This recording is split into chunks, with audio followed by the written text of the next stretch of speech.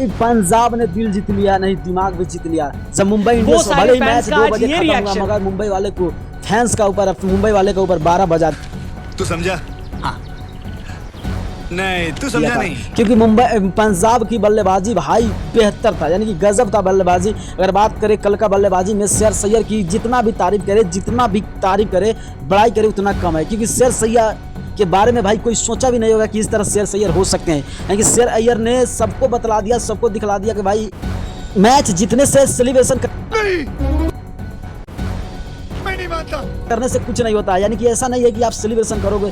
भाई आप सबने देखा होगा कि शेर सैयर ने एक भी सेलिब्रेशन नहीं किया भाई, एक भी सेलिब्रेशन। भले ही मैच को पूरा टोटली जिताया अपने दम खम पे, मगर सेलिब्रेशन का नाम पे आप लोग चू तक भी नहीं देखा होगा।